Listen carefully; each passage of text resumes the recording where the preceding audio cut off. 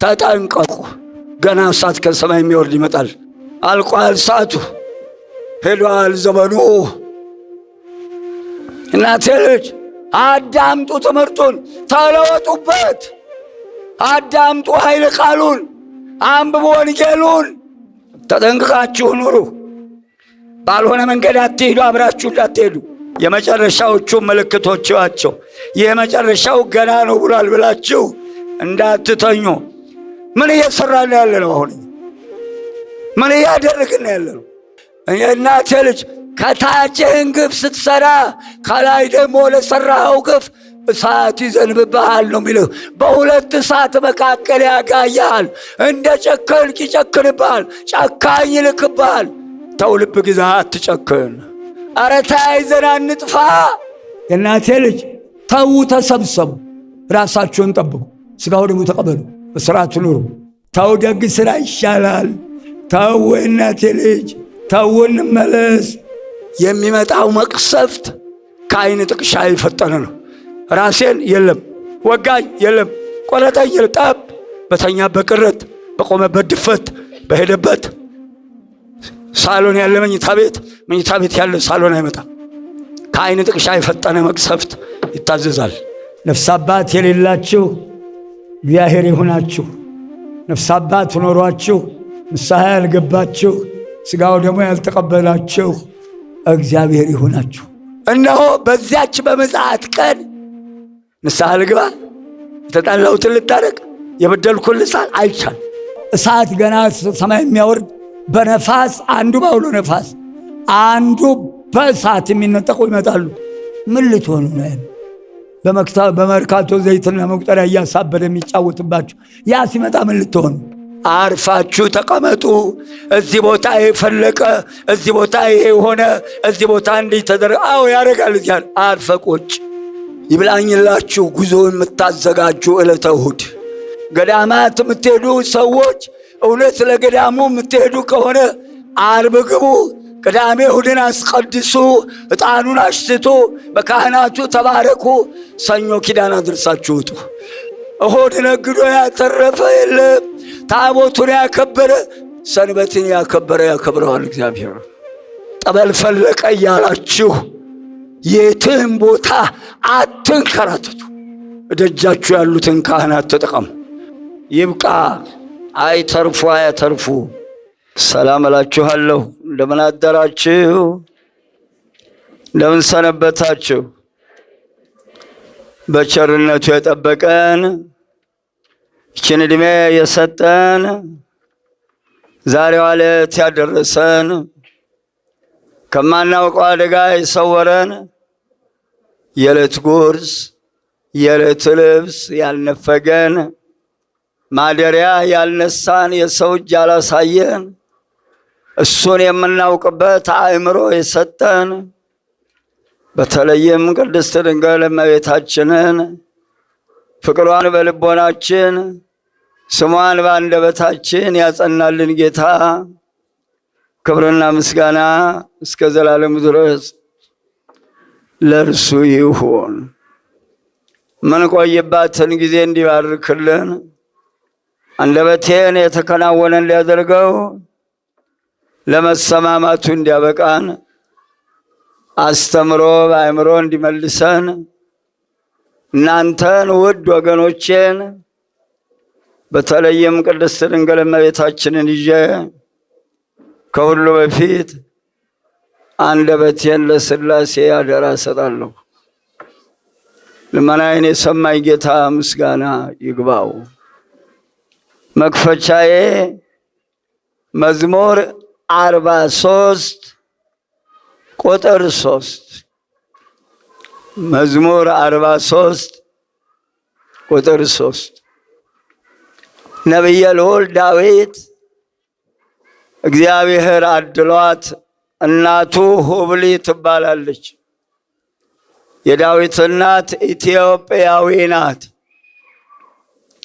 አባቱ እሴይ ይባላል። እግዚአብሔር ሲያድል እንዲህ ያለ ልጅ ይሰጣል።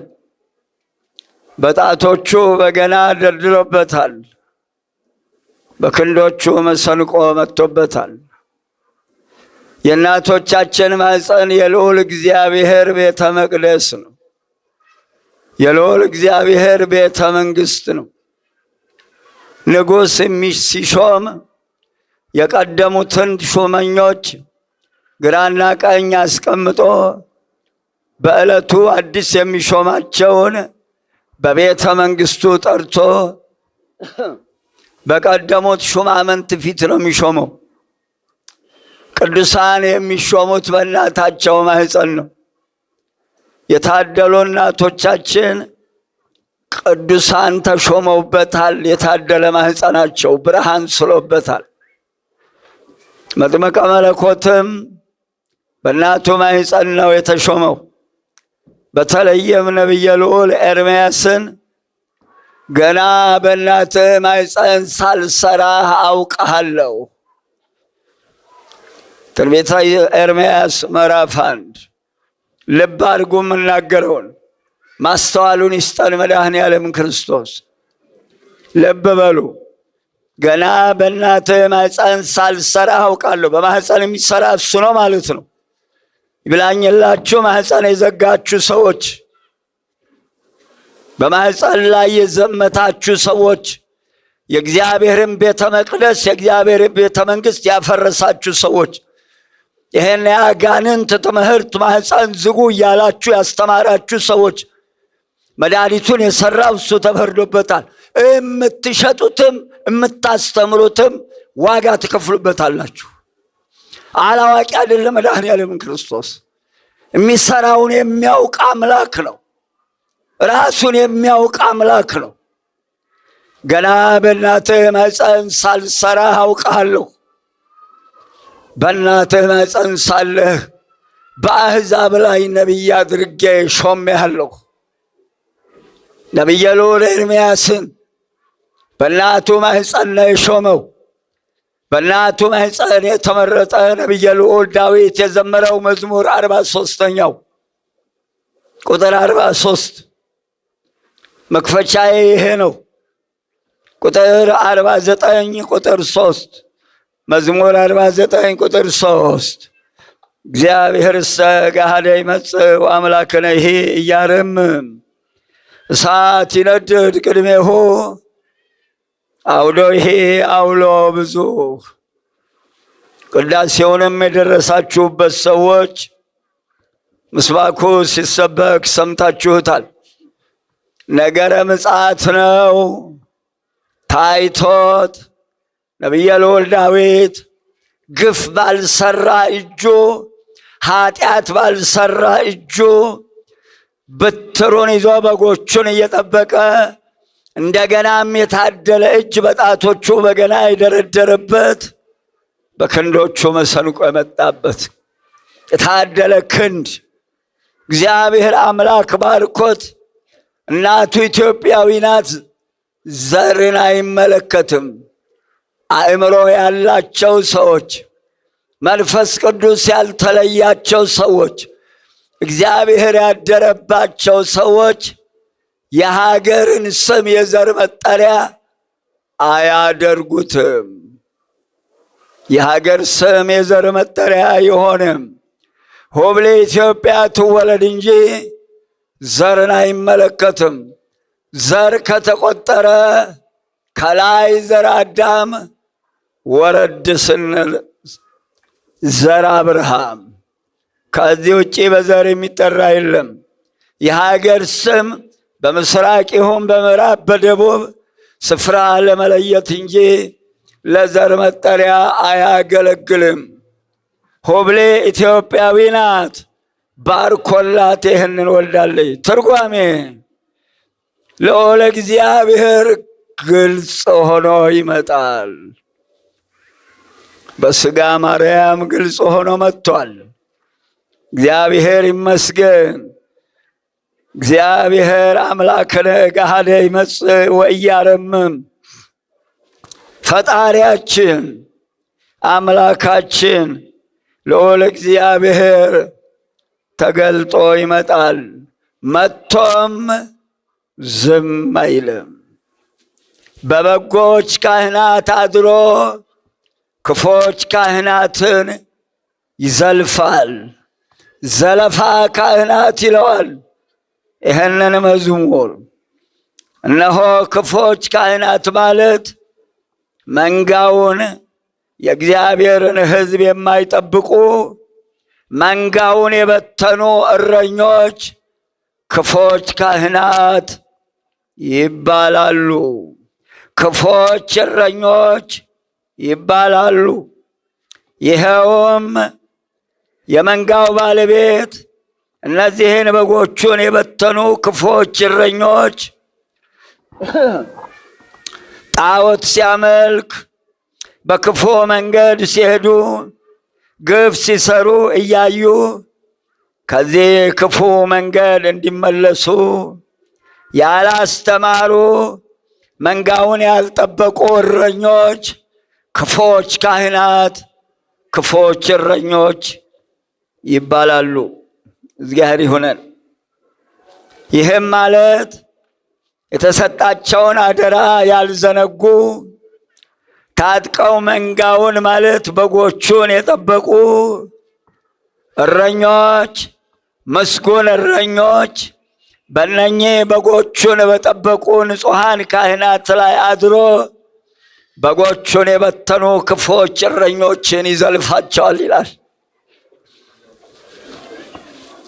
ክፎች ካህናትን ምን አይነት እንደሆኑ ለማወቅ ትንቢተ ሕዝቅኤል 34 ምዕራፍን አንብቡት። ዘካርያስ 11 ምዕራፍ ከ15 እስከ 16 እሳት ይነድድ ቅድሜሁ፣ እሳት በፊቱ ይቃጠላል፣ አንድም ከፊቱ እሳት ይነዳል። አውዶ ይሄ አውሎ ብዙ በዙሪያው ብዙ ነፋስ አለ። አንድም በዙሪያው አውሎ ነፋስ አለ፣ አንድም በዙሪያው ጥቅል ነፋስ አለ።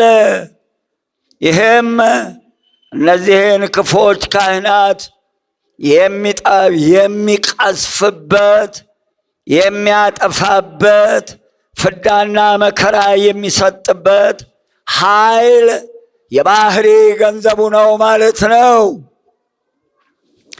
አንድም መንጋውን ለማይጠብቁ እረኞች ወላ ያሃድጉ አባጋ ወዮላቸው ይላል። ይህ ትምህርት ይህ መዝሙር ካህናቱንም ነገሥታቱንም ይመለከታል። መንጋውን ላልጠበቁ እረኞች ወዮላቸው። አስተውሉ።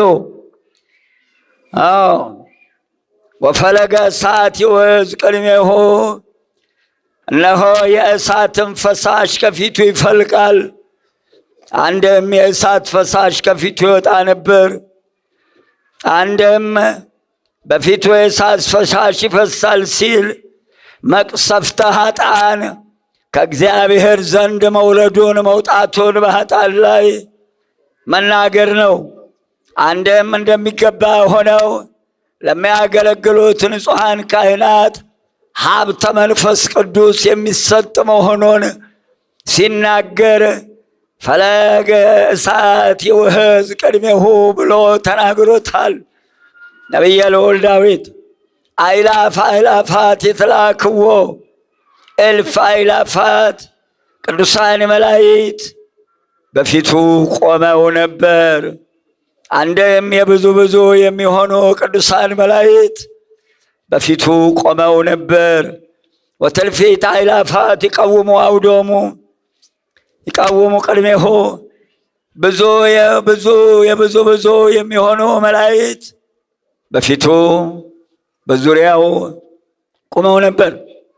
ወነበረ አውደ ወከሰተ መጻሕፍተ፣ ይሄ ነው የሚጠብቀን። ፍርድም ሆነ መጻሕፍትም ተገለጡ። አንድም ጌታ በአደባባይ በክብር ዙፋኑ ተቀመጠ። አንድም ጌታችን መድኃኒታችን ኢየሱስ ክርስቶስ በምጽአት ጊዜ በአደባባይ በፍርድ ዙፋኑ ተቀመጠ። ብሉይንና ሐዲሱን ገለጠ። ብሉይና ሐዲስ መጻሕፍት እየተነበበ በመጻሕፍቱ ያለውን በመጻሕፍቱ የተጻፉትን የሰሩ ወደ መንግሥተ ሰማያት ወደ ዘላለም ሕይወት ይገባሉ። በመጻሕፍቱ የተጻፈውን ያልሰሩ ወደ ዘላለም ጉስቁልና፣ ወደ ዘላለም እሳት፣ ወደ ዘላለም ፍዳ ይሰደዳሉ። ከዚህ ያውጣን። የለም እንዴ ሰው? እግዚአብሔር ከዚህ ያውጣን። ስብሐት ለአብ ወወልድ ወመንፈስ ቅዱስ። አንድም ጌታችን በምጽአት ዕለት ምግባረ ሰናይንና ምግባረ ጻድቃንን መረመረ፣ ለሁሉም እንደየስራቸው ዋጋውን ከፈለ። ለአብ ለወልድ ለመንፈስ ቅዱስ ምስጋና ይሁን። ዳዊት ከዚህ ይቆየን። ርዕሳችን የተመቻቸ ቀን ነው። ደብረ ዘይት ይላል። ከዛ በፊት ወደ ርዕሱ ከመግባቴ በፊት ማሳሰቢያ አለኝ። የእናቴ ልጅ የመጀመሪያው ማሳሰቢያዬ ባዶ እጃችሁን አትምጡ። እነዚህን ነገሮች ይዛችሁ ትመጣላችሁ። አስራቱን፣ በኩራቱን፣ ቀዳሚያቱን፣ ስለቱን፣ ምጽዋቱን ከአምስቱ አንዱ ከእጃችሁ አይቀርም። እኔ ግን በዚህ ሰዓት ባዶ እጃችሁን አትምጡ ምለው ውሃ ሊቀዳ የሚሄድ ሰው እንስራውንም መቅጃውንም ይዞ ነው የሚሄደው። ይህ ታላቅ ነገር ነው። ይህቺ ቤተ መቅደስ የሕይወት ምንጭ የሚፈልቅባት ናት። የሕይወት ትምህርት የሚዘንብባት ናት። ማስታወሻችሁን ይዛችሁ ነው እምትቀዱትንም አትተማመኑት። ጥሩ ነገር በዚህ በየኮምፒውተሩ ያስቀመጣችሁ ቶሎ እያወጣችሁ በወረቀታችሁ ያስቀምጡት። ቆለፍለፍ ያደርገዋል ሁሉንም። ቶሎ አውጡ። ስለዚህ ማስታወሻ ያዙ። ከቅዳሴው ኃይለ ቃል አለ፣ ከተአምሯ ከመምህራን የሚወረወር ኃይለ ቃል አለ። መዝግቡት። ቅዳሴውን ታዳምጣላችሁ፣ ትሰማላችሁ። ቅዳሴውን ታዳምጣላችሁ። እስቲ ቅዳሴውን የምታዳምጡ እጃችሁ ነው። እሺ፣ ጥሩ እውነት። ቂም ያለበት አይቅረብ። ቂመኞች የላችሁም? አሁን እዚህ የላችሁም? ሐሰተኛ አይወገድ። የምትወሻሹ የላችሁም? ወርቅን የሚወዱ ይነቀሉ። አሁን የሚንቀለው ሊሰርቅ የመጣ የለም። ጉቦ የበሉት የት ሊገቡ ነው? ይነቀሉ ተብለዋል። ወርቅን የሚወዱ አስለቅሶ ነው ጉቦን የሚቀበለው። አስለቅሶ ነው የሚበላው ሰርቆ። አስለቅሶ ነው በጤፍ አሸዋ በወተት ውሃ እየጨመረ በወንድሙ በወገኑ ግፍ የሚሰራው። አልሰማም? ይህንን አልሰማም? ታዳምጡታላችሁ ቅዳሴውን። ወርቁን የሚወዱ ይነቀሉ እያለች ታውጃለች። ይብላኝላችሁ ሌቦች፣ ዘራፊዎች፣ ጉቦ የበላችሁ በጤፍ አሸዋ በወተት ውሃ የጨመራችሁ እርጥብ በርበሬ የምትሸጡ በመርካቶ ዘይት የምታታልሉ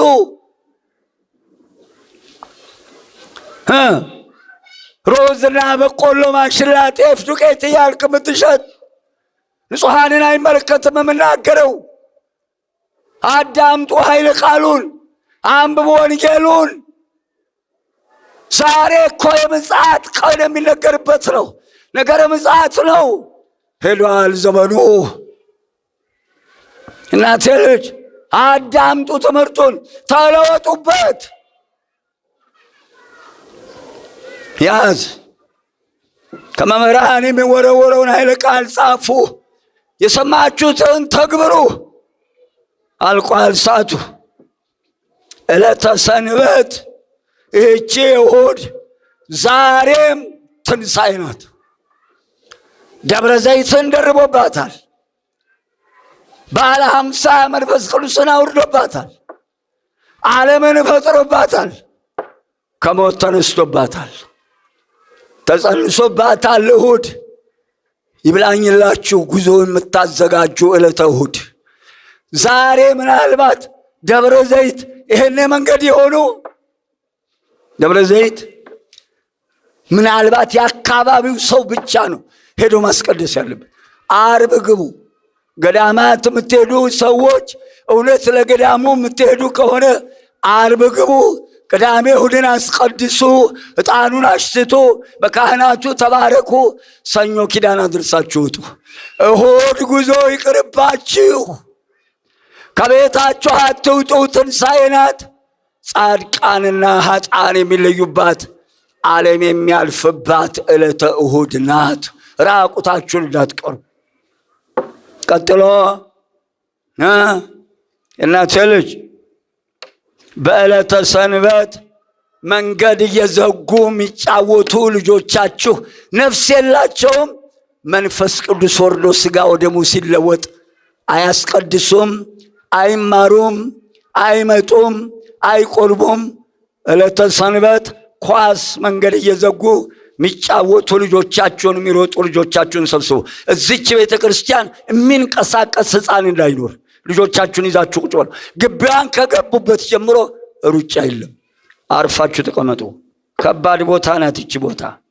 ታላቁ ሰማዕት ቅዱስ ጊዮርጊስ መጠጥ መሸጫ፣ ኳስ መጫወቻ ነው። ንገሩ፣ ለሁሉም ሸክሜን አውርጃለሁ ንገሩ። አይሰሟችሁም፣ ንገሩ። ይብቃ። አይተርፉ አያተርፉ። ያዝ። በየንግስ በዓላቱ በዕለተ ሰንበት የቤተ ክርስቲያን በር እየዘጉ በአሕዛብ ሸቀጥ የሚነግዱት ሰዎችን አስወግዱ። የምትገዙትም አብራችሁ ነው የምትሄዱት። ነጋዴ ወይስ ነጋዴ ነው? ነጋዴ ነው ነጋዴ። ተው፣ አትተርፉም፣ አታተርፉም። የምትሸጡም እናንተ፣ የምትገዙም እናንተ። ሱቅ ያላችሁ ሰዎች እረፉ እሑድን፣ እረፉ እሑድን። እማዝነው የቤተ መቅደሱ ሱቆች ታቦት ወጥቶ እንኳን አይዘጉም። ኧረ ተያይዘን አንጥፋ። እሑድ ነግዶ ያተረፈ የለም። ታቦቱን ያከበረ ሰንበትን ያከበረ ያከብረዋል እግዚአብሔር።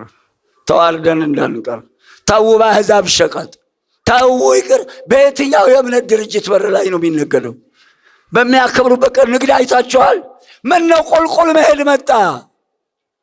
ተው፣ ተያይዘን አንጥፋ። አስተውሉ። ቅዳሚት ሰርክ፣ እሑድ ገበያ በደርግ ተቋቋመ። ግንቦት ሰርክ በደርግ። እሑድ ገበያ የለም፣ ቅዳሜ ገበያ የለም። ሰርጉ እሑድ፣ ማክሰኞና ሐሙስ። ንግድ የለም እሑድ። ቅጣት ነበረው በንጉሠ ነገሥቱ ጊዜ፣ አልተጠቀሙም እንጂ። ካቴድራል የሚለውን አመጡ። ካቴውን እየሰበረ ምድረ በዳ ጣለው አውጥቶ። ካቴድራል የሚባለው ታቦት የለውም። ታቦቱን አውጡና ካቴድራል በሉ። አባቶቻችን የሰየሙበት ስያሜ ምን ጉድለት አመጣ? ምን ጉድለት አመጣ? ደብረ ሳህል፣ ደብረ ይባቤ፣ ደብረ ምጥማቅ፣ ደብረ ምሕረት ምን አጎደለ? ምን አጎደለ? ውጭ የምትኖሩ አላችሁ። ካቴድራል የሚባለው ታቦት አለው? ታቦት አለው ውስጡ?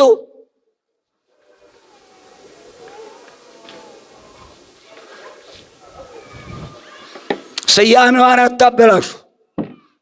ተጠንቅቃችሁ ኑሩ። ባልሆነ መንገድ አትሄዱ። አብራችሁ እንዳትሄዱ። የእናቶቻችን ቀሚስ ጥልፉ ከእምብርታቸው አልፎ አያውቅም።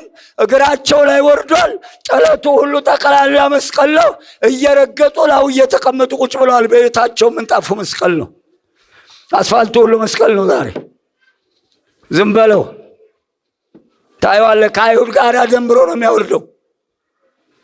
የእናቴ ልጅ ቀሚሳችሁንም አስተካክሉ። በእናቶቻችን ጥለት ቀሚስ ላይ መስቀል አይሰራም። መስቀል እዚች ጋር ከእምብርታቸው ሳያልፍ የዘቀዘቃችሁ እዛች እግራችሁ ላይ ወረደው። ወደ ላይ ያዞሩት። አስተካክሉ። ራሳችሁ ምንጣፋችሁን፣ ቤታችሁን፣ ሶላችሁን፣ ጫማችሁን እዩ። መስቀል እየተረገጠ ሕይወትና በረከት የለም። መከራችንም እየጨመረ እንጂ እየቀነሰ መሄድ የለም።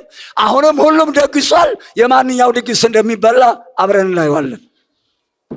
የእናቴ ልጅ ጋብቻን ያህል ነገር የትም በየመናፈሻው ሲንዘላዘሉ ይቆዩና 10 ሰዓት ወይ 9 ሰዓት 7 ሰዓት ይጠራል፣ ይመጣል።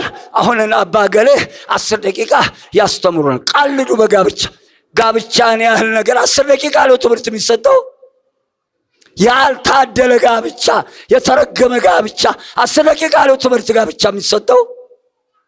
7 ሰዓት ከጠራ ቁጭ ብለህ ህዝቡን ተቀበል። ሙሽራይቱን ይዘህ ገጠም ብለው ሲገባ አባቶች ያስተምሩ ስለ ጋብቻ።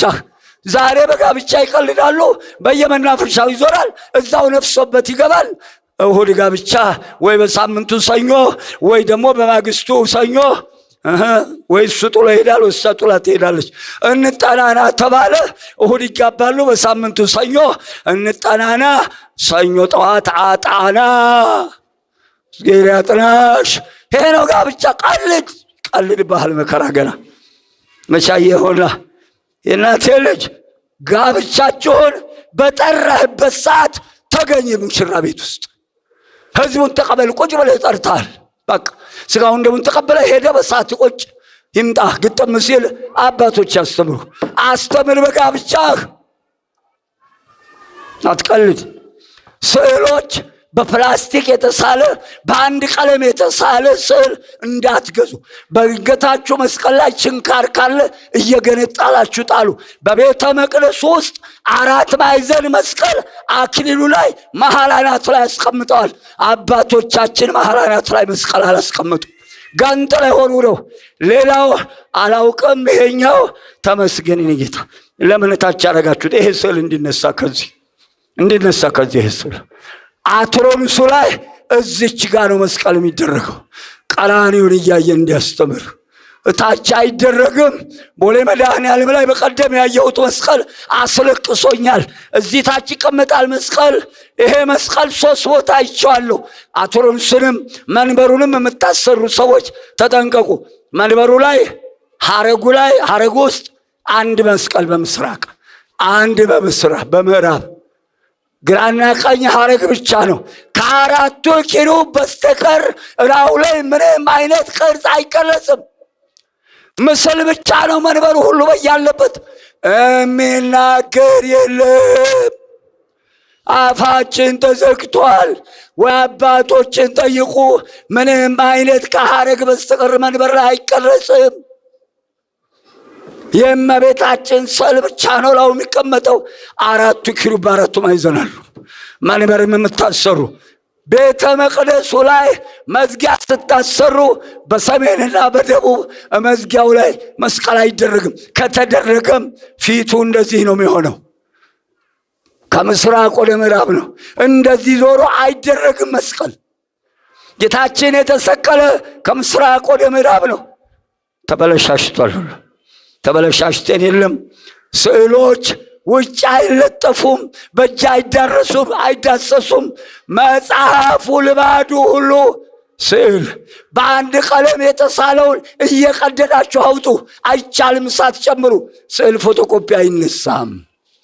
እየታጠኑ በመጋረጃ የኖሩ ስዕሎች መቀለጃ ሆኗል። የባሳት ታንጣ አልባሳት ላይ ስዕል ተስሎ በመቀስ ቆርጦ ጭንቅላቱ ለብቻ፣ ክንፉ ለብቻ፣ እጁ ለብቻ። እንዲህ ያለ አልባሳት ለምን ትገዛላችሁ? በቀደም መናፍቅ ቀደደ ተብሎ ሲጨፈር ነበር። የዚህ ጭንቅላቱ ለብቻ አንገቱ ለብቻ የሆነ ልብስ ለብሰው አይቻለሁ። አንድ ቤተ ክርስቲያን ሄጄ እላው ላይ አልባሳቱ ላይ ያ ሰፊ ውስጥ እንዴት አድርጎ ቆረጠ? እግዚአብሔር ይለትና አልሰፋም ይሄንን ብሎ አይመልስም። ገንዘብ ማግኘቱ ነው። ስዕል እየቆረጡ ጃንጥላ ላይ ስዕል ለምን ትገዛላችሁ? ተዘቅዝቆ ነው የሚቀመጠው። እንዘቅዘቅ ዘቅዝቀኝ ነው ወይስ አብረን እንዘቅዘቅ ነው? ጃንጥላው ለምን ተሰራና ነው ጃንጥላ ላይ ስዕል? ተያይዞ መጥፋት። እግዚአብሔር ያጥናሽ። ከዚህ በተረፈ ጠበል ፈለቀ እያላችሁ የትም ቦታ አትንከራተቱ። እደጃችሁ ያሉትን ካህናት ተጠቀሙ። ስፔሻሊስት ማለት በአንድ ትምህርት ወይ በጭንቅላት ወይ በአንጀት ወይ በልብ የሰለጠነ ስፔሻሊስት ይባላል። አባቶቻችን ስፔሻሊስት አይባሉ።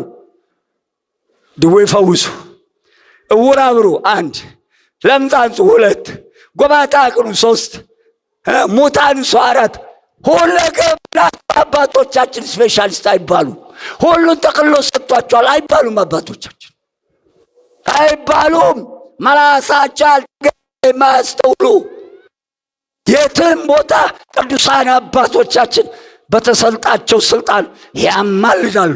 መሃኖችም ይወልዳሉ፣ እውሮችም ይበራሉ፣ በሽታ ሁሉ ይድናል። ተጠንቀቁ። ገና እሳት ከሰማይ የሚወርድ ይመጣል። ትምህርቱ ላይ እናየዋለን። ይበቃኛል። የአባቶቻችን አምላክ ይርዳን።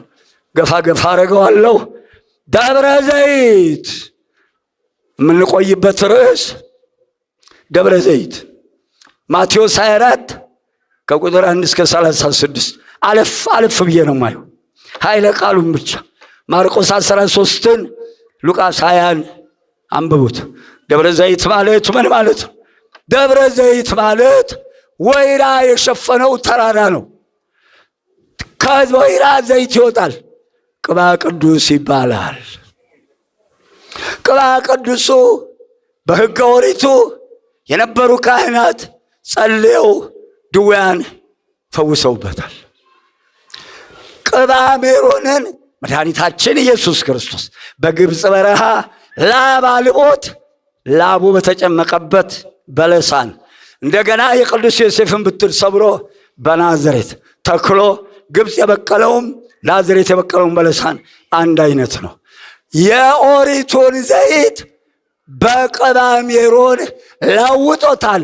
ኃይሉ በእጁ የተከለውና ወዙ የፈሰሰበት ስለሚበልጥ ህመምተኞችን በሜሮን ማጥመቅና ሜሮን ነው የሚቀባው። ቅባ ቅዱስ ለህመምተኞች 2 ነገር ላይ እንጠቀማለን። ቀንዲል 7 ኤጲስቆጶሳት ወይ 7 ካህናት። ጸሎቱም ረጅም ነው።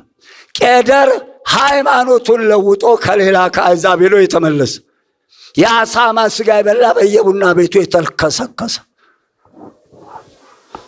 ጾም የገደፈ ይነከርበታል። ቅባ ቅዱስ ወይራ ስለሚበቅልበት ደብረ ዘይት ተብሏል። እሱም ከባህር ወለል በላይ 75 ሜትር ከፍ ይላል። ነቢየ ልዑል ዳዊት በዚህ በደብረ ዘይት ልጁ አቤሴሎም ባሳደደው ጊዜ ምሕረትን ለመሻት ጸልዮበታል። ነቢየ ልዑል ሕዝቅኤል ስብሐተ እግዚአብሔር እንደሚደረስበት ይህ የዛሬው ዕለት እንደሚፈጸምበት ታይቶት ተናግሮታል። ትንቢት ጌታችን መድኃኒታችን ኢየሱስ ክርስቶስ ሲያስተምር እነሆ ሲንገላታ ውሎ ውሃ ጠማህ ና እንጀራ ብላ ና ግባ የሚለው የለም። እሱ ትምህርቱን ሲጨርስ ሁሉም ብትን። ዛሬም እኛ ስንጨርስ እኮ ዞር ብሎ የሚያየን የለም። የት ትገባለህ ወዴት የሚለው ብትን። ያ ብትን ጥለው ሲሄዱ ደብረ ዘይት ተራራ ሲጸልይ ያድርበት ነበረ የኛ ጌታ መድኃኔዓለም። በሆሳዕና ዕለት በደብረ ዘይት አልፎበታል። መድኃኒታችን ኢየሱስ ክርስቶስ እንደገና በዕርገት ዕለት ደብረ ዘይት ተራራ ወስዷቸው አርጎበታል። የሌላ ምስጢር አልገባም። ከዚያ ቀጥሎ በዛሬው ዕለት ነገረ ምጽአቱን ለንጹሐን አባቶቻችን ብጥር አድርጎ አንጥሮ እቅጩን ነግሯቸዋል። ወፂኦ ጊዜ ኢየሱስ እምቤተ መቅደስ ሆረ ወቀርቦ አርዳኢ ሆራ ይወንርቀ ህንጻሁ ለቤተ መቅደስ።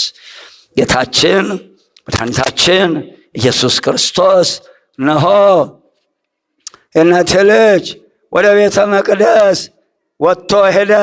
ደቀ መዛሙርቱም ወደ መድኃኒታችን ኢየሱስ ቀርበው የቤተ መቅደሱን ነገር አሳዩት። ጠዋት ነበረ ጊዜው። ፀሐይ ወጥቶበት ቤተ መቅደሱ ሲያሸበርቅ አይተው እንዴት እንደሚያምር አየኸው አሉት። መድኃኒታችን ኢየሱስ ክርስቶስም እንዲህ አላቸው፣ ንጹሐን ሐዋርያትን፣ እነሆ በዚህ ዕለት ንጹሐን አባቶቻችንን አንደኛ የቤተ መቅደስን መፍረስ፣ ነገረ ምጽአቱን፣ የሐሳዌ መሲሕን ነገር አንተርሶ አብሮ ይነግራቸው ዘንድ ወሰነ። ዋውሳ ጊዜ ኢየሱስ መድኃኒታችን ኢየሱስ ክርስቶስም እነሆ ሲያንጸባርቅ አይተው እነሆ አሳይተውት እንዴት ይፈርሳል ይፈርሳል አላቸው። ይህም እንዲህ የሚያንጸባርቀው እንዲህ የሚያምረው ሕንፃ ይፈርሳል አላቸው። እንዴት ይፈርሳል ትላለህ አሉት። ወይቤሎሙ ትሬኑ ዘንተ ኩሎ አማን እብለክሙ ይትሐደግ ዘእብን ዲበ እብን ዘኢይትነሰት። ይህንን ሁሉ ታያላችሁ፣ ይህ ያስደንቃችኋል። የማይፈርስ ሆኖ ድንጋይ በድንጋይ ላይ አይቀርም ብዬ መፍረሱን በእውነት መፍረሱ እንደማይቀር እነግራችኋለሁ። ይህንን ያላቸውን ቃል ጥጦስ ኢየሩሳሌምን በወረረ ጊዜ አንድ ወታደር ድንጋይ ፈንቀል ሲያደርግ ደስተ ሙሉ ወርቅ ቢያገኝ የጥጦስ ሰራዊት እንዳለ ወርቅ አገኛለሁ ብሎ ይፈርሳል ያለውን ቤተ መቅደስ በአንድ ደቂቃ ውስጥ ፍርስርሱን አውጥተውታል። አማን እብለክሙ እውነት እላችኋለሁ ሕንፃ እግዚአብሔር ሰው ይፈርሳል አላቸው። እናንተ የገረማችሁ የደነቃችሁ እንዲህ አንጸባረቀው በፀሐይ ሰው ሰራሹ ይፈርሳል ስላችሁ ደንቋችኋል። እንደውም ሕንፃ እግዚአብሔር ሰው ይፈርሳል፣ ይሄ ደንቃችኋል አላቸው። ይፈርሳል ሕንፃ እግዚአብሔር ሰው ያልቃል፣ ይበሰብሳል፣ እርስ በርሱ ይተራረዳል፣ ይተላለቃል። ወንዛ የነበረ ጊዜ ነው ውስተ ደብረ ዘይት ቀረቡ ሀቤሁ አርዳይሁ። መድኃኒታችን ኢየሱስ ክርስቶስ በደብረ ዘይት ተቀምጦ ሳለ ሦስቱ ባለሟሎች አራተኛ እንድርያስን ጨምረው ቅዱስ ጴጥሮስ፣ ቅዱስ ዮሐንስ ወንጌላዊ፣ ቅዱስ ያዕቆብ ንገረነ ማይዜ ከውን ዝንቱ ወናሁ ይታደግ ለክሙ ቤትክሙ በድወ ወመንትኑ ተአምሪሁ ለምጽአትከ ወለህልፈተ ዓለም። እነሆ አራቱ ቀርበው የቤተ መቅደስ የሚፈርስበት ምን ጊዜ ይሆናል? ወምንትኑ ተአምሪሁ ለምጽአትከ ወለህልፈተ ዓለም። የምጽአትስ ህልፈተ ዓለምስ ጌታ ሆይ ንገረን፣ ምልክቱ ምንድን ነው ብለው ጠየቁት። እሱም እንዲህ አላቸው፣ ወአውሳ ወይቤሎ ዕውቁ ኢያሱትክሙ፣ እኔ ክርስቶስ ነኝ እያሉ ብዙ ሰዎች በስሜ ይመጣሉ፣ ብዙዎችንም ያስታሉ። ወያሰትዎሙ ለብዙሃን፣ እነሆ ብዙዎች ሐሳውያን እኔ ክርስቶስ ነኝ እያሉ ስለሚመጡ ብዙ ሰዎች በዚህ ምክንያት ይስታሉ። ወሶበ ሰማዕክሙ አጽባዕተ መድምፀ ጸባኢት፣ የጦርንም ወሬ ትሰሙ ዘንድ አላችሁ። የገዛ አካላችንም የጦር ሜዳ ከሆነ ሰንብቷል። አንድም ጦር ሲሰበስብ፣ ጋሻ ለጋሻ ሲሳጎድ፣ ጋሎ ሰልቦ ሲያገር፣ ሲፎክር፣ ሲሸልል፣ ሲያቀራራ በያለበት ብትሰሙ ብታደምጡ ዕውቁ ትደንግጡ፣ እንዳትደነግጡ አስተውሉ። ዘመኑ ይህ ሊሆን ግድ ነው፣ ትንቢት የተነገረበት ነውና ዘመኑን ዋጁ። ቆላስይስ 4 ኤፌሶን 5 ማስታወሻህን ያዝና አንብበው። እስመ ገብተሃለ ወይኩን ዝኩ ኩሉ፣ ይህ ሊሆን ግድ ነውና ተጠበቁ። አንድም ይህ ሁሉ ፈጥኖ ይደረግ ዘንድ አለው፣ ዳሩ ግን መጨረሻው ገና ነው። ልብ በሉ። ጌታችን ይህን ቃል ከተናገረ 2018 ዓመት ሆኖታል። ይሄ ትንቢት ከተነገረ ልብ በሉ። ዳሩ ግን ገና ነው ያለው። ምናልባት ዳሩ ግን ገና ነው ብላችሁ እንዳትታለሉ። ከተናገረው 2000 ዓመት ነው። ቀኑ ጊዜው ደርሷል ማለት ነው። የመጨረሻዎቹ ምልክቶቻቸው የመጨረሻው ገና ነው ብሏል ብላችሁ እንዳትተኙ። ታላቁ ምልክትም ይህ ነው፣ ቀኑ ለመቅረቡ ወተንሥኡ ሕዝብ ዲበ ሕዝብ ወነገሥት ላዕለ ነገሥት። ሕዝብ በሕዝብ ላይ ይነሳል፣ መንግስትም በመንግስት ላይ ይነሳል። አንድም ሕዝበ ሮም በሕዝበ እስራኤል ላይ፣ ሌላው ሀገር መንግስት በሌላው ሀገር መንግስት ላይ በጠላትነት ይነሳል። አንድም ሕዝበ እስራኤል በሕዝበ እስራኤል እርስ በርሱ ይተራረዳል፣ እርስ በርሱ ይጨፋጨፋል። ምን እየሰራን ያለ ነው? አሁን ምን እያደረግን ያለ ነው? ሂድ ያዝ።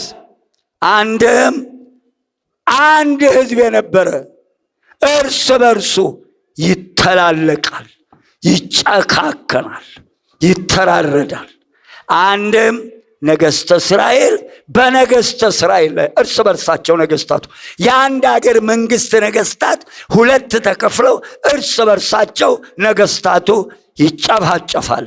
ይህ ምልክት ይሆነ አንድ ሀገር እንዲያስተዳድሩ የተሾሙ ሹማምንት እርስ በርሳቸው በጠላትነት ይነሳሳሉ፣ እርስ በርሳቸው ይጨካከናሉ፣ ይተራረዳሉ፣ ይተላለቃሉ። ይህ ምልክት ይሆናችሁ። አንድ ወገን አንድም ወገኑን ወንድሙን በጠላትነት ይነሳበታል። አንድም ወገን በወገኑ፣ ወንድም በወንድሙ፣ እናት በልጇ፣ አባት በልጁ፣ ሚስት በባሏ፣ ባል በሚስቱ እርስ በርሱ በጠላትነት ይነሳል፣ ይተራረዳል፣ ይገዳደላል። አስተውሉ። እስራኤል 12 ነገድ ናቸው። 12ቱ ነገዶች ከእኔ ወገን ይንገስ ከእኔ ወገን ይንገስ ብለው ቀን ሲተንተን ሲሉ ይላሉ፣ ሲመራረጡ ይላሉ። ጨለም ሲል ሾተል በጉያው ይዝና ያንን የወጋውና ይወድቃል፣ ይገላል፣ ገሎት ይሄዳል። ቀን ሲመራረጡ ሌሊት ሲገዳደሉ ያድራሉ። የገደለው አይታወቅ፣ የወደቀበት አይታወቅ፣ ሞት አውር ተብሏል። እርስ በርሱ 12ቱ ነገደ እስራኤል። አስተውሉ። ይህ ምልክት ይሆናችሁ። እስቲ አስተውሉ። ያለንባት ዓለም ወይዘሮ ዓለሚቱ እንደ 12ቱ ነገደ እስራኤል እርስ በርሳቸው ተለያይተው ይናጎዳሉ። ጌታችንም የመጨረሻውን ዘመን ምልክቶች መናገሩ ሁላችንም እንድንጠነቀቅና የት እንዳለን ራሳችን በዘመኑ መስተዋትነት እንድናይ ያስተምረናል። ለመሆኑ መለያየትን ከማን ተማር ነው? እርስ በርሷ የምትለይ መንግስት ትጠፋለች። ቤተሰብም እርስ በርሱ ቢለያይ ያ ቤተሰብ ይፈርሳል። እነሆ እርስ በርሱ የሚለይ ከተማም ወይም ቤት አይቆምም። ማቴዎስ 12 ከ25 ቁጥር ጀምሮ ጌታችን አምላካችን በማይታበል ቃሉ እርስ በርስ መለያየት የሚያወጣውን ውድቀት ነግሮናል። ማርቆስ 3 ቁጥር 23 ጀምሮ አንብቡት። እነሆ ዛሬ የአቤልን ደም የቀመሰች መሬት፣ እነሆ እርስ በርሱ በገዛ ራሱ የአንድ አባት የአንድ እናት ልጅ የአንድ ማህፀን የአዳምና የሔዋን ልጅ እርስ በርሱ ተለያይቶ እርስ በርሱ እየተናጎደ የአቤልን ደም የቀመሰች መሬት በደም እየታጠበች ትገኛለች። ወይዘሮ ዓለሚቱ ተጨንቃለች። የወንድማማች ደም እየጠጣች ምድር በራሷ ላይ ጭንቀትን አምጥታለች። በገዛ ራሷ የምንኖርባት ዓለም ልርገፍ ልርገፍ ልርገፍ እያለች ነው። አባቶቻችን ነግረውናል። ጥፋት የታዘዘባት ከተማ ነጋሪት እንዳቢጎሰምባት አትሰማ፣ እንዳንሮጥም እንዳንሸሺ ምኒቱ ቀን መጣሽ ብለዋል። አንድም ነገሥተ ሮም በነገሥተ እስራኤል ላይ ይነሳሉ። አንድ ወገን በሌላው ላይ ያለምንም ምክንያት ይነሳበታል። ወይመጽእ ረሃብ ወበድብድ ወድልቅልቅ ውስተ ኩሉ ባሕውርት፣ ረሃብ፣ ቸነፈር፣ የምድር መናወጥ በልዩ ልዩ ስፍራ ይሆናል። በየሀገሩ ረሃብ፣ በየሀገሩ ካታ፣ ቸነፈር፣ ስደት፣ በሽታ፣ ሽብር፣ እሪታ፣ ጫጫታ ይደረጋል። ይህ ሁሉ ምልክት ይሁናችሁ። ወዝንቱ ሁሉ ቀዳሚሁ ለሕማም ውእቱ። እነዚህ ሁሉ ማለት በየሀገሩ ረሃብ፣ ቸነፈር፣ ሽብር፣ ውካታ፣ ጫጫታ ሁሉ ሲሆን የምጥ ጣር መጀመሪያ ናቸው። ያን ጊዜ ቅዱሳን ሰማዕታትን፣ ንጹሐንን፣ ክርስቲያኖችን ሁሉ አሳልፈው ይሰጧቸዋል፣ ይገድሏቸውማል። መምህራኑም በየምኩራቡ ይገርፏቸዋል። ስለ ስሜ በያለበት የተጠላችሁ ትሆናላችሁ። በእኔ ስም ስላመናችሁ፣ በእኔ ስም ስላስተማራችሁ ትጠላላችሁ። በእኔ ስም ስለተጠራችሁ አሕዛብ ሁሉ ይጠሏችኋል፣ ያሳድዷችኋል። ወኢተአሚረ ያሉ ብዙሃን ሃይማኖቶሙ። በዚያን ዘመን ብዙ ሰዎች ይሰናከላሉ። በዚያን ጊዜ ብዙ ሰዎች ሃይማኖታቸውን ይለውጣሉ። ብዙዎች የሚሰሩትን የሚያደርጉትን አያስተውሉም፣ አያውቁም። በቃሉ የተነገረው ትንቢት በሰውነታቸው አይሰርጽም። የግል ፍላጎታቸውንና ስሜታቸውን ለማርካት ብልጣብልጦች በፈለሰፉት የቡድን አይነት ወይም የእምነት አይነት ውስጥ ይሰገሰጋሉ፣ እየሄዱ ይመሰጋሉ። ይህንን የተናገረውን ቃል አያስተውሉም። ብዙዎች ወደ ሌላ እምነት እየሄዱ የሚገቡት በዚህ ትንቢት ቃል መሰረት መሆኑን ልብ ይሏል። ሃይማኖት አንዲት ናት፣ ቅርንጫፍ የላትም። ሚስቶች፣ እግዚአብሔሮች፣ መላሶች፣ ልቦች፣ ባሎች፣ አዎ የእናቴ ልጅ፣ አዎ ሚስቶች ሃይማኖቶች አይባሉም፣ አይበዙም፣ ቅርንጫፍ የላቸውም። ሁሉም አንዳንድ ናቸው። ይሄን የማያስተውሉ ሰዎች እዚያም እዚያም ሲሉ እንደወጡ ይቀራሉ። አዎ ወብዙሃን ሐሳውያን ነቢያት ይመጹ፣ ብዙ ሐሰተኞች ነቢያት ይመጣሉ። እስከ ዛሬ ያልተደረገ ድንቅ ታምራት የሚሰሩ፣ ሙት እስከ ማስነሳት የሚደርሱ ድንቅ ታምራት የሚያደርጉ፣ ፍጹምነት ደረጃውን የደረሰውን እስከሚያስቱ ድረስ ታላላቅ ድንቅ ታምራት ይሰራሉ። እነሆ በእነዚህ ሰዎች ምክንያት ብዙዎች ይሰናከላሉ ይላል። አርፋችሁ ተቀመጡ። እዚህ ቦታ የፈለቀ፣ እዚህ ቦታ ይሄ ሆነ፣ እዚህ ቦታ እንዲህ ተደረገ። አዎ ያደርጋል። እዚያ አርፈ ቁጭ። እደጃችሁ ባሉ ካህናት፣ ሹመታቸው የተረጋገጠላቸው እውነተኞች ካህናት ንጹሐን አባቶቻችን ሾመው ያገልግሏችሁ ብለው በሰጧችሁ ካህናት፣ እደጃችሁ ባሉ ካህናት በአበነፍሶቻችሁ በሰጣቸው ስልጣን ተጠቀሙ። የትም ቦታ እንዳትወጡ። እግዚአብሔር ይጠብቃችሁ። በዚህ ዘመን ወዘሳ ዝለፈ ትዕግሥቶ ውእቱ ይድህን። ከአመፃ ብዛት የተነሳ ከኃጢአትና ከግፍ ብዛት የተነሳ በምድር ላይ የሚሰራውን ግፍ እያየ ራሱን እያሳቀቀ እስከ መጨረሻው የሚሰራውን ግፍ አይቶ ያልካደ የጸና እርሱ ይድናል። እርሱ የጨከነ ይድናል። ወገኖቼ እግዚአብሔር የሌለ እንዳይመስላችሁ። በትንቢቱ ስለተነገረ አስቀድሞ ጨካኞች ሰዎች፣ ግፈኞች እንደሚፈጠሩ ራሱ የተናገረው ቃል እየተፈጸመ ስላለ ለምን ይሄ ሲፈጸም እግዚአብሔር ዝም አለ ብላችሁ የለም እንዴ ብላችሁ መጠራጠር ደረጃ እንዳትደርሱ።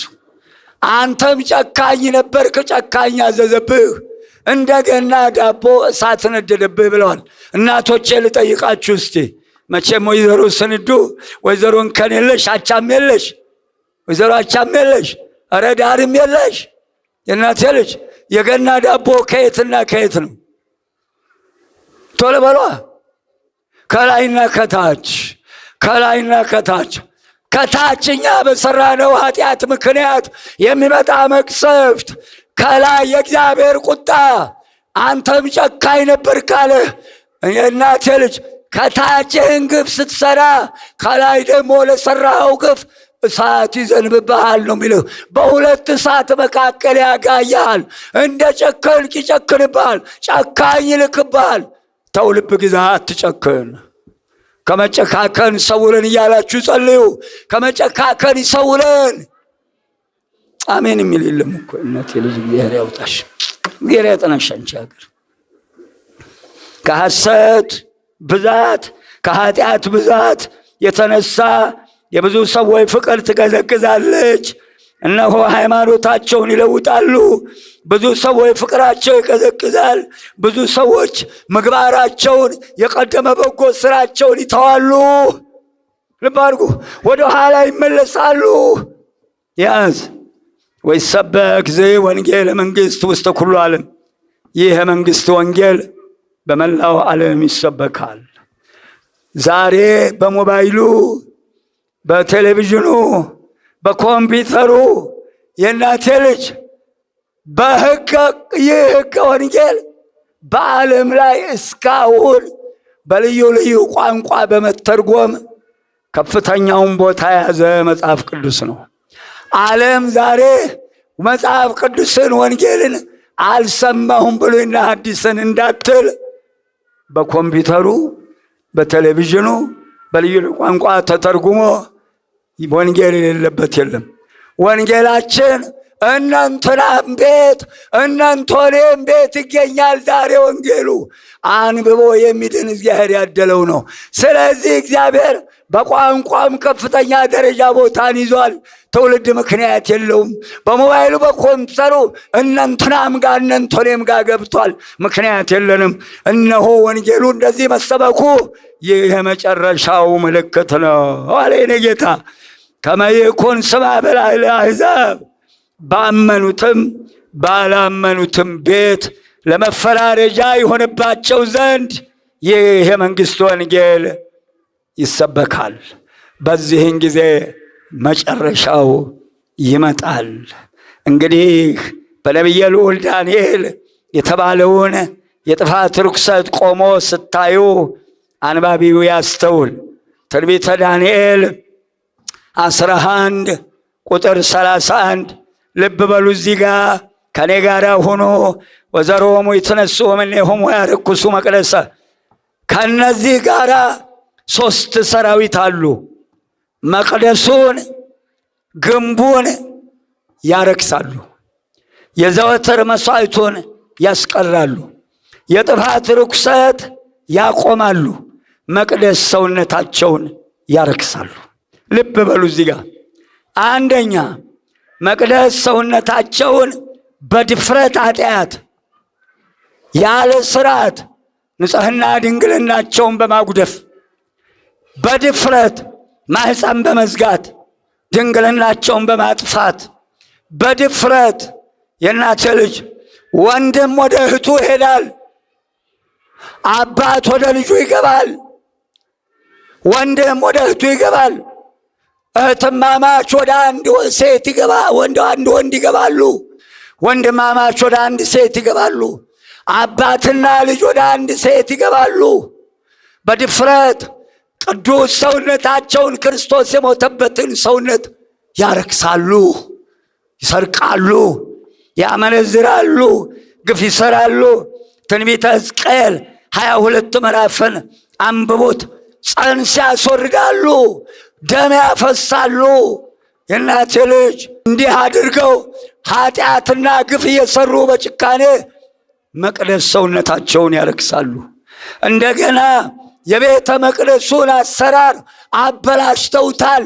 በዚህ ዘመን የሚሰሩ መቅደሶች መቅደስ ቅድስት ቅን ማለት አይደለም፣ አፍርሰውታል ስርዓቱን። በሕገ ኦሪቱ መድኃኔዓለም ልዑል እግዚአብሔር ሙሴ ቃሌን ጠብቅ፣ በቃሌ ላይ ምንም እንዳትጨምር ምንም እንዳትቀንስ፣ እንደማሳይህ እንደ ማደሪያው ምሳሌ አድርገህ ስራ መቅደሴን። ዘጸአት 25 8ና 9 የታደለ ሙሴ እነሆ ድንኳኗን ቅድስተ ቅዱሳን መቅደስ ደብተራ ኦሪት 3 አልጎ ሰራት ድንኳኗን። አንቲ ውእቱ ደብተራ ዘቀዳሚት፣ አንድምታ ውዳሴ ማርያም። እንደገና በቃል ለሙሴ እንደማሳይ ሥራ ያለውን በፊልጵስዩስ ሰኔ 20 ስንክሳር አንብቡት። እነሆ ቅዳሴ ማርያም ክፍል 3 አንብቡት።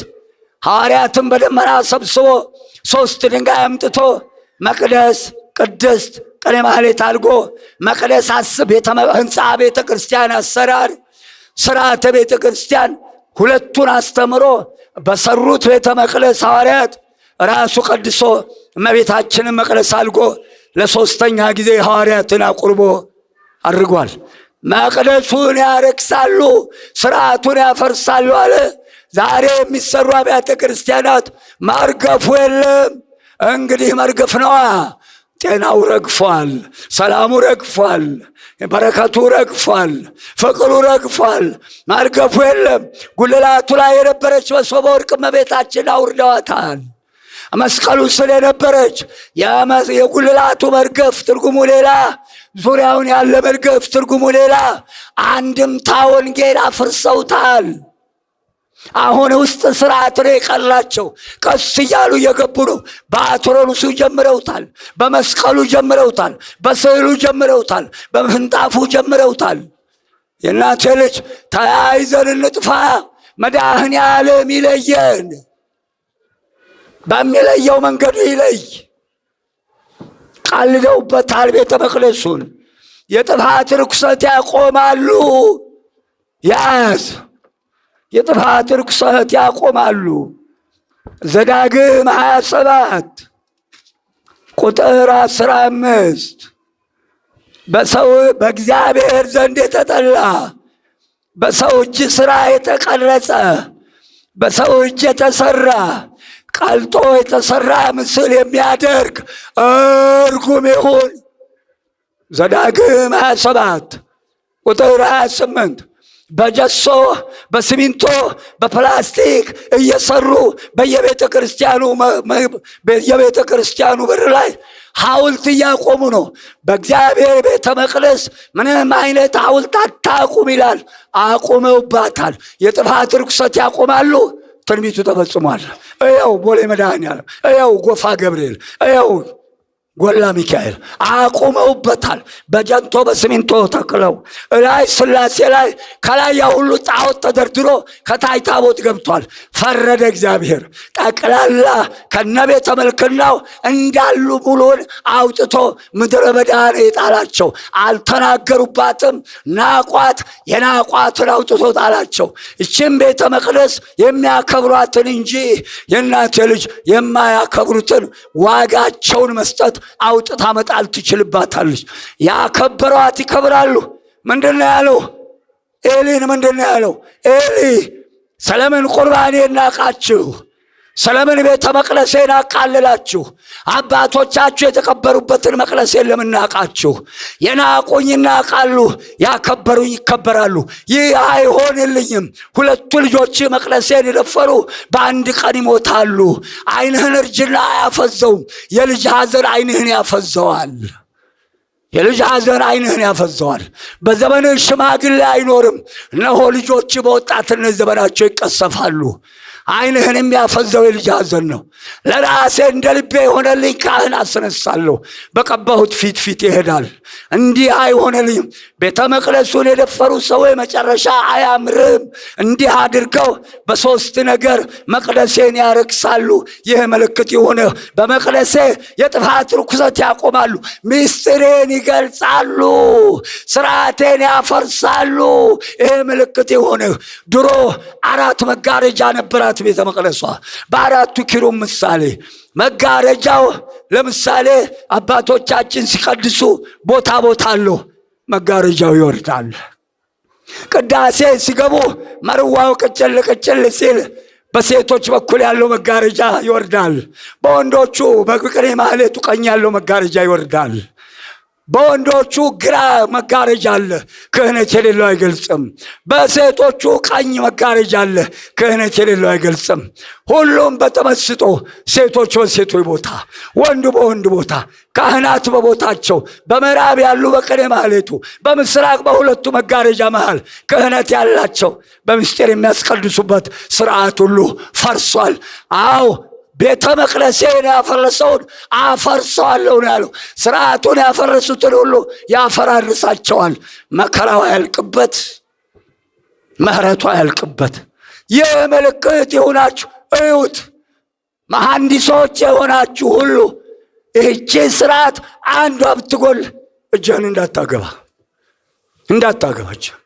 መቅደስ ቅድስት ቅኔ ማህሌት፣ ጉልላቷ፣ መሶበ ወርቅ፣ መስቀል፣ መርገፍ፣ ዙሪያው ጠቅላላ የቅኔ ማህሌቱ፣ የመቅደሱ የቅድስቱ ጣራ ሙሉውን ዙሪያ መርገፍ፣ ሰብአ ሰገል፣ እመቤታችን፣ የግብፅ ስደት፣ ዘካርያስ፣ ራሔል አንድምታ አለው።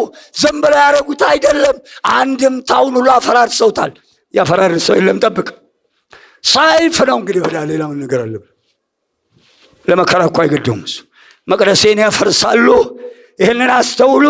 ይህ በሆነ ጊዜ በደጅ ቆሜአለሁ። ከሰገነት የወጣው ከምድር ቤት ያለ ወደ ላይ አይበል፣ ከእርሻ ያለ ወደ ኋላ አይመለስ። መቅሰፍቱ እቺ ጭፍን አይናችን የሚመጣው መቅሰፍት ከአይን ጥቅሻ የፈጠነ ነው።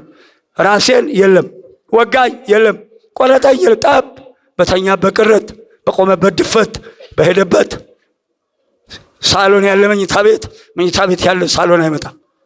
ከአይን ጥቅሻ የፈጠነ መቅሰፍት ይታዘዛል። ይህ ምልክት ይሆናችሁ የእናቴ ልጅ። ከዚህ በኋላ ይሄን ከተናገረ በኋላ ልብ ያላችሁ ወደ ተራራ ሽሹ፣ ሽሽታችሁ በሰንበት እንዳይሆን ተጠንቀቁ። ልብ አድርጓት። ሽሽታችሁ በሰንበት። እቺ እሑድ መንገድ አይኬድባትም። ሰንበት አላት። አመጣጡ እሑድን አይለቅም ጌታ ምጽአትን። እነሆ በዚያች በምጽአት ቀን ንስሐ ልግባ፣ የተጣላሁትን ልታረቅ፣ የበደልኩን ልሳል አይቻል። የእናቴ ልጅ በሰገነት ያለ አይውረድ፣ በእርሻ ያለ ወደ ኋላ አይመለስ። መቅሰፍቱ ከባድ ነውና በዚያን ዘመን ለእርጉዞችና ለሚያጠቡ ወዮላቸው። እርጉዞች የእናቴ ልጅ ስደት ነው ጊዜው፣ መከራ ነው፣ ጦርነት ነው። ነፍሰ ጡሮች ሲሰደዱ በመንገድ ቢመጣ ሚጡ ይወልዱታል።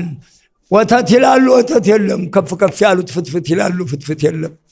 በዚያን ጊዜ ለእርጉዞች ለሚያጠቡ ወዮላቸው። አንድም ተንኮልን አርግዘው ተንኮልን ለሚወልዱ፣ ግፍን አርግዘው ግፍን ለሚወልዱ ያ ቀን ያ ጊዜ ለእንደነዚህ ያሉ ግፈኞች ወዮላቸው። ተንኮላቸውን አርግዘው ተንኮላቸውን ለሌላ ሰው የሚያስተምሩ ወለዱት ማለት ነው። መምህር የተማረውን በልጆቹ ይወልዳል። እነኚህም ተንኮለኞች በሰው የሚወልዱ ተንኮላቸውን ወዮላቸው። ያ ቀን እጅግ ክፉ ነውና በዚያን ዘመን ልቦና ያላችሁ ወደ ተራራ ሽሹ አለ። ተራራ የተባለች ቤተ ክርስቲያን ናት። ወደ ተራራ ሽሹ ማለት በቃሉ ታንጻችሁ በንስሐ ሆናችሁ ሥጋ ወደሙ ተቀብላችሁ በሥጋ ወደሙ ከብራችሁ ኖሮ ለማለት ወደ ተራራ ሽሹ አለ። እቺ ቤተ ክርስቲያን በተራራ የምትመሰል ኢየሩሳሌም ሰማያዊት ናት። ያከበራችኋት ትከብራላችሁ፣ የታደላችሁ ዳኑባት፣ የታደላችሁ ቃሉን እየሰማችሁ አጊጡባት የእናቴ ልጅ። ስለዚህ ሽሽታችሁ በሰንበት ወይም በክረምት እንዳይሆን ተጠንቀቁ። ጌታ የሚመጣበት ዕለት ክረምት ነው።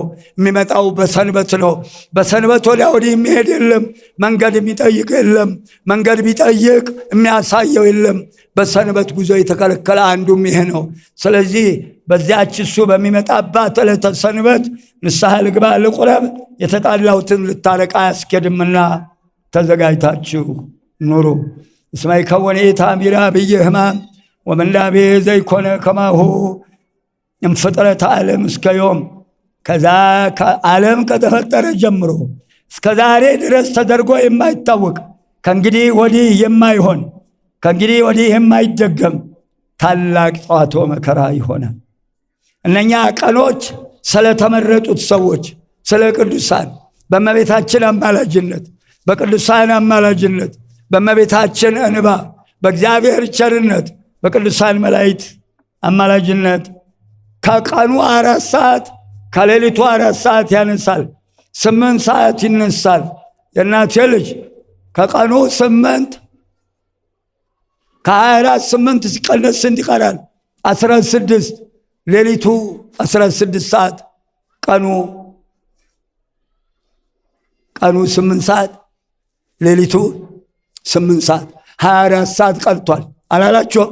ወይ ነጋ እንዲ በስመ አብ ወልድ ምን ጊዜ ነጋ ሳላውቀው ምን ጊዜ መሽ አላላቸውም? ስለ ቅዱሳን ጸሎት እነኛን ክፎችን ከመሬት ለመጥረግ የቅዱሳኖቹ የንጹሃኖቹን ጭንቁን አስወግዶ በጎ ቀን ለማምጣት ስለ ክፎቹ በበጎቹ ምክንያት ቀኑን ያሳጥረዋል ይላል። ያሳጥርልን መከራችንን መድኃኔዓለም ክርስቶስ እንዳዘና ያስቀረን። በዚያን ሰዓት በዚያ በጽኑ መከራ ብዙዎች መሞትን ይመኛሉ። ከባህር ይጠልቃል፣ ውሃውን ሲጠጣ ሲተፋ ሲንፈራፈር ይከርማል እንጂ ነፍሱ አትወጣም። ቢታነቅ እዛው ገመዱ ላይ ሲንፈራገጥ ይከርማታል እንጂ ነፍሱ ከስጋው አትለይም። ሞትን አሰናብተዋለሁ ይላል። እነኛ ክፎች በዚያ በስቃይ በመከራ ፍዳቸውን ይጠብሳሉ። ተው ደግ ስራ ይሻላል፣ ተው እናቴ ልጅ ተው እንመለስ። ስለዚህ በዚያን ጊዜ ሞት አይገኝም። እነዚህ ክፎች ሰዎች ከመቅሰፍቱ ጽናት ከመቅሰፍቱ ስቃይ የተነሳ ግፈኞች ሰዶማውያን የእናቴ ልጅ በራሳቸው ስራ በራሳቸው ኃላፊነት በፈለሰፉት የክፋት ምንጭ መከራና መቅሰፍቱ ጸንቶባቸው በስቃይ ሕይወታቸው ያልፋል። በዚያ ጽኑ መከራ ውስጥ ጥበበኛ በጥበቡ ኃያል በኃይሉ ሀብታም በሀብቱ ሊያመልጥ አይችልም። ሀብታሞቹ ብርና ወርቃቸው ሊያድናቸው አይችልም።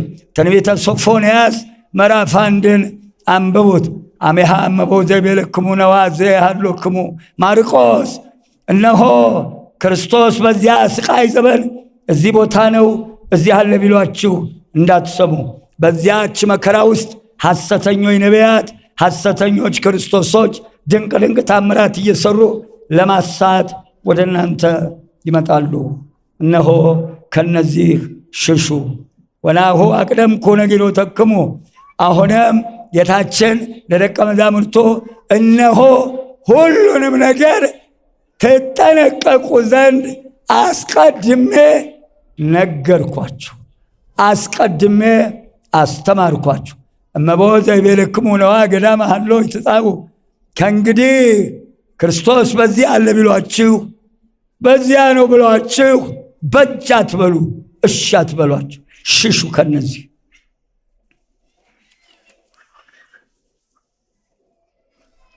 ከዚያም ሀባህሎ ገደላ ይትቃቡ አንሰርት፣ በደን ባለበት አሞሮች ይሰበሰባል። እናንተም እኔ ባለሁበት ትሰበሰባላችሁ። ንጹሐን ሐዋርያትን አንስርት አላቸው፣ ተመስጦ አላቸውና። ንስር ከባድ ነው። የትና የት ርቀት ሆኖ ጤፍን ማየት ይችላል። መሬት የእግዚአብሔር ስጦታ ነው። ንጹሐን አባቶቻችንም ከወይነ ሰዓት የደረሱ አባቶቻችን 7ቱ ሰማይ ጽርሐ አርያም ዓይናቸው አልፎ እንደ ብፁዕ አባታችን አቡነ ተክለ ሃይማኖት ያሉ የሥላሴን ዙፋን ያዩ ነበር። እግዚአብሔር አምላክ የአባታችን የአቡነ ተክለ ሃይማኖት አምላክ ልመናችንን ይሰማ። በዚያን ጊዜ ፀሐይ በዚያ ወራት ፀሐይ ይጨልማል፣ ጨረቃ ብርሃንን አትሰጥም፣ ከዋክብት ይረግፋሉ። ፀሐይ ይጨልማል ሲል ፀሐይ ያለው ነገሥታቱን፣ ካህናቱን፣ መሳፍንቱን፣ መኳንንት ፀሐይ አላቸው። ፀሐይ የእናቴ ልጅ የፀሐይ ብርሃን ጨረቃ ላይ ሲያልፍ ጨረቃ ታበራለች። ነገሥታቱ መሳፍንቱን መኳንንቱን ይሾማሉ። መሳፍንቱ መኳንንቱ ከታች ያሉትን ይሾማሉ። ፀሐይ ያለው ከላይ ያሉትን፣ ጨረቃ ያለው በተዋረድ ያሉትን፣ ከዋክብት ያለው ሰራዊታቸውን። እነሆ ፀሐይ ትጨልማለች ሲል በድንገት በዚህ ዘመን ያሉ ነገሥታት ሳያስቡት የሕይወታቸውን ማለፍ፣ የቤተ መንግሥታቸው መፍረስ፣ የመንግሥታቸው መበተን መናገር ነው። ጨረቃ ያለው አንድም አሕዛብን ነው። አሕዛብ በምድር ይበዛሉ። አሕዛብ ጨረቃ ብርሃኗ መሬትን እንዲሸፍን፣ አሕዛብ ብዛታቸው ምድርን ይሸፍናል፣ ኃጢአታቸው ምድርን ይሸፍናል። ይጨልማል ሲል ሳይታሰብ በድንገት ጥፋታቸውን መናገር ነው። አሕዛብን ባላሰቡት ሰዓት ይጠፋል። ከዋክብት ይወድቃሉ ያለው ያዘጋጇቸው ሰራዊት ሳያስቡት መበተናቸውን፣ መደምሰሳቸውን፣ መጥፋታቸውን መናገር ነው። ከዋክብት ይወድቃሉ ሲል በተዋረድ የእናቴ ልጅ አስተውሉ። እግዚአብሔር ልዑል ከእኛ ጋር ይሆን። እነሆ በዚህ መሃል እንዳለ ራእየ ዮሐንስ 8 ምዕራፍ ላይ እነሆ ከዋክብት ይወድቃሉ ሲል ራእየ ዮሐንስን አንብቡት። እነሆ ወስሙ ለውእቱ ኮከብ ጉስታር፣ የወደቀው ኮከብ ስሙ ሬቶ ይባላል። አንድም ይህ ሬቶ እሬት ለምሳሌ ምሬቱን ቀስ ብሎ ወደ ንጹሕ ውሃ ያስተላልፋል። ይህ ሬቶ የተባለው አጋንንት በራሱ ጥበብ በራሱ ኃይል መርዙን ወደ ሰው ይረጭና የሰውየውን ሕይወቱን መራራ ያደርገዋል። አንድም የወደቀው ኮከብ ዲያብሎስ ነው። እብስትዮን ይባላል። እብስትዮንም ማለት ሕግ የሚለውጥ ማለት ነው።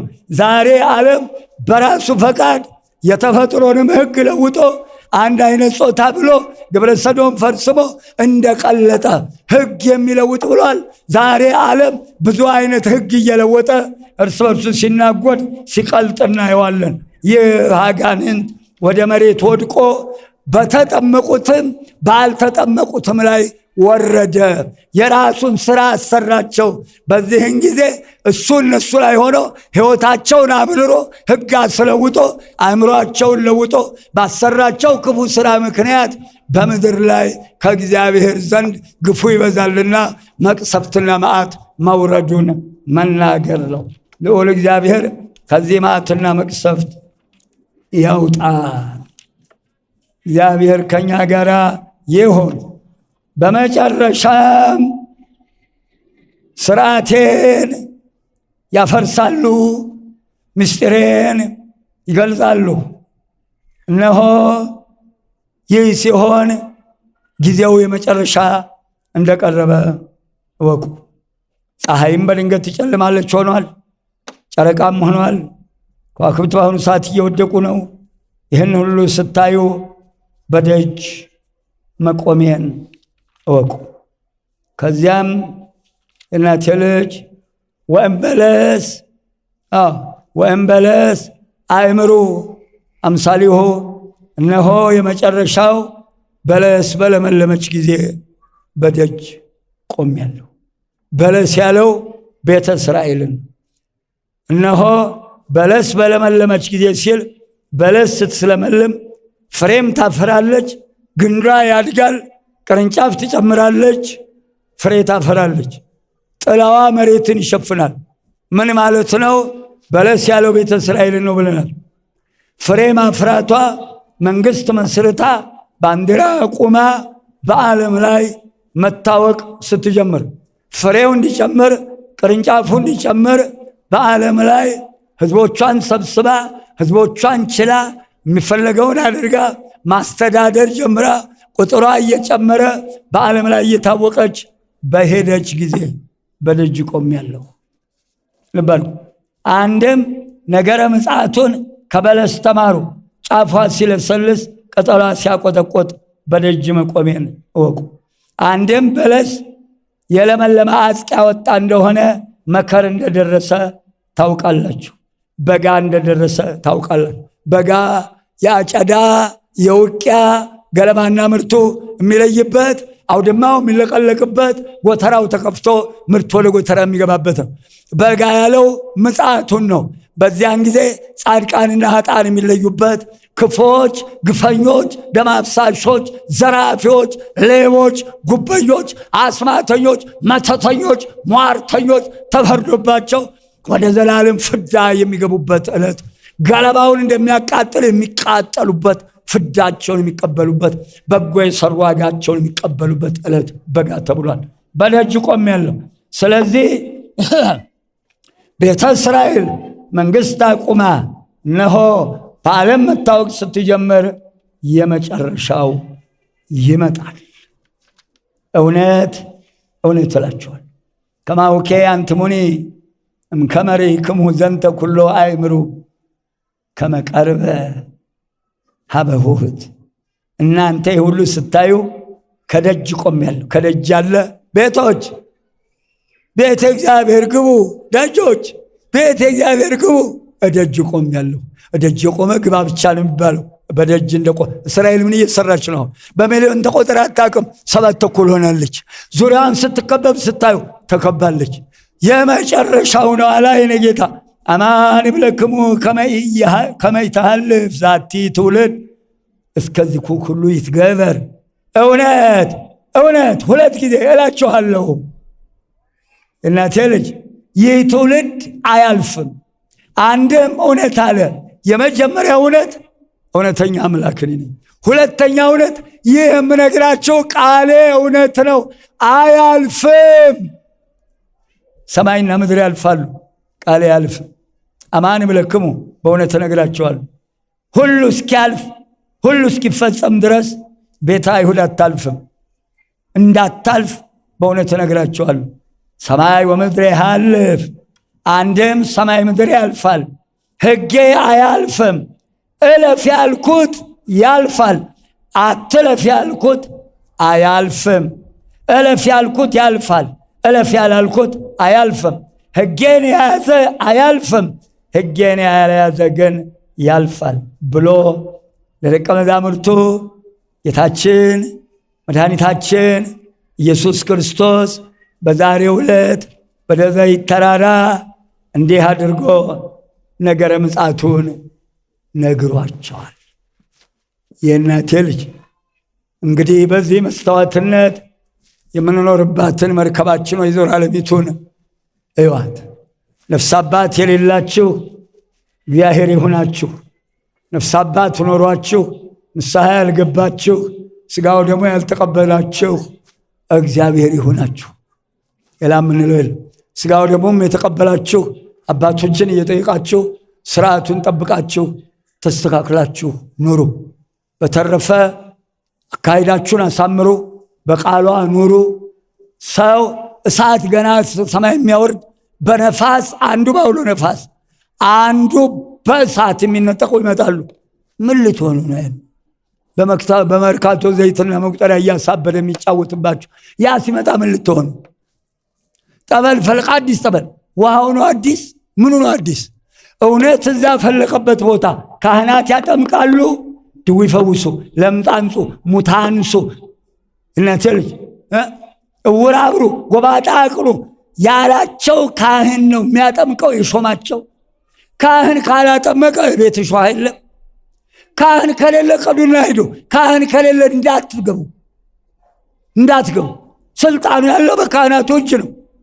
ባለስልጣኑ ይሻላችኋል። እውነት አባቶቻችን የሾሙከ እማዝነው ድፍረታቸው።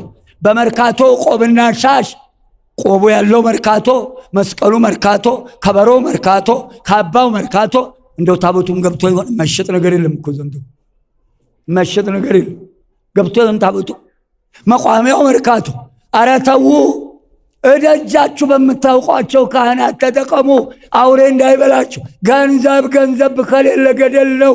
ነግሬያችኋለሁ። ይብላኝለት ሌባ፣ ይብላኝለት ጉቦ ይበላ፣ ይብላኝለት በጤፍ አሸዋር በርበሬ የሸጠ፣ በሜትር የሰረቀ እናቴ ልጅ፣ በጠቅላላ ክፉ የሰራ የእናቴ ልጅ። ወይዘሪት ማን አልፎሽ መሃል ላይ ገብተሽ፣ ወይዘሪት ማን ጠግቦሽ እዚያ ማዶ ሆነሽ ማን ይሆን ያደለው ተሻግሮ የሚያይሽ? እስካሁን ኖር ያለው ቢደላይ ባይደላይ፣ እስካሁን ኖር ያለው ቢከፋኝ ባይከፋኝ፣ ከእንግዲህ ተፈጥሮ ሰው ለሚሆን ይብላኝ ብለዋል አባቴ ዲዮስቆሮስ። የእናቴ ልጅ ተዉ፣ ተሰብሰቡ፣ ራሳችሁን ጠብቁ፣ ሥጋው ደግሞ ተቀበሉ፣ በሥርዓቱ ኑሩ። የእናቴ ልጅ ሎጥን ቤቱን የከበቡትን አይነ ልቦናቸውን አሳውሯል። ክፉ የሚያስቡብንን ሁሉ አይነ ልቦናቸውን ያሳውረው መድኃኔዓለም ክርስቶስ። የእናቴ ልጅ የዳንኤልን አንበሶች እንዳይበሉት አፋቸውን የዘጋ መልአኩ ቅዱስ ሚካኤል እነሆ እናቴ ልጅ አፋቸውን የከፈቱትን አናብስት አፋቸውን መልአኩ ይዝጋልን። በቸርነቱ አይለየን። አንደበቴን ያከናወነ መድኃኔዓለም ይመስገን። ባበዛው ዕድሜያችሁን ያብዛ። ታግሳችሁ እንደዘንባችሁ ትዕግስቱን ያድላችሁ። ለመንግሥተ ሰማያት ለትንሣኤ ያብቃን። ስሙ የከበረ ይሁን።